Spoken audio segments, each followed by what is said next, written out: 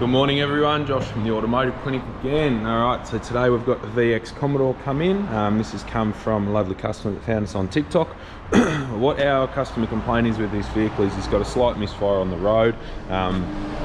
We've definitely confirmed that, so you take this thing for a drive. I would call it more of a fish bite misfire. It's not a dead miss or anything like that, but he has done a compression test. He's confident that cylinder 2 is low on compression, and he wants us to confirm whether we're looking at an intake or exhaust valve issue, and kind of give him a little bit more of an idea of the overall engine health and what needs to be done next. So what we're going to do, straight in with the scope, we're going to use all 4 channels to start and get a full picture of what's going on here. So what we've got set up is I've got channel 1, which is our blue channel, is going to be a relative compression test. So we're around the negative battery cable. This is going to test obviously the starter motor current draw, and it's going to give us an idea of the relative compression of each cylinder, all 6 cylinders. So that's channel 1. Now channel 2, our red channel is running down, as you can see, to the back of the vehicle, and in that we have got one of our pressure pulse sensors in the tailpipe. Channel 3 is running, and it's this red wire here.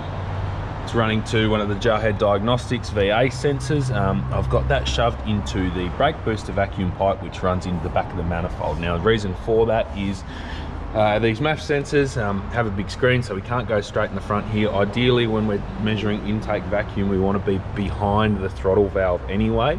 So going into the back of the manifold up there is a good spot, and the easiest way to get into that obviously is just through that brake booster hose there. Channel 4, pretty simple, just a secondary ignition clip clipped onto the plug lead for cylinder 2. Reason we're on cylinder 2 is because that's our suspect cylinder, so we want to confirm that that is low on compression, and we're going to go from there. So what we're going to do is we're going to start the scope rolling. I'm going to get over this side and we're going to crank this thing over and get an idea of what's going on. Alright, one thing I forgot to mention, to disable the fuel system on the VX, all we've done is pull the fuel pump relay. So that relay that lives there is our fuel pump relay. That means we can crank all day long, you know, over 10 seconds, get a waveform and it won't start. So what I'm going to do is, for now, I'm going to unplug the scope, we're going to go over to the bench and we're going to look into this a bit more. Alright, so we're sitting down, we've got our waveform capture up. Now, I'm not happy with this, and I have recaptured. Reason being, we've got too much noise, in my opinion at least, with this secondary ignition capture here. So having an ignition capture as a reference for cylinder, it's just too noisy.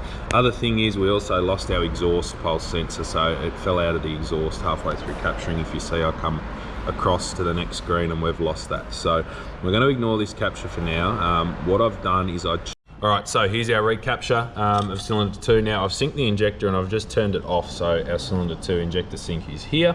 Obviously, as we can see, we've still got the same higher peak in the intake when we have low compression on cylinder 2.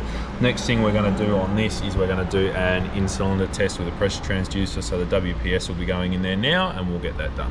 Alright, so back with the WPS in. I've got to be quick with this because the battery's dead as always. Anyone that has one will know that it's never charged, so we're going to go and capture it.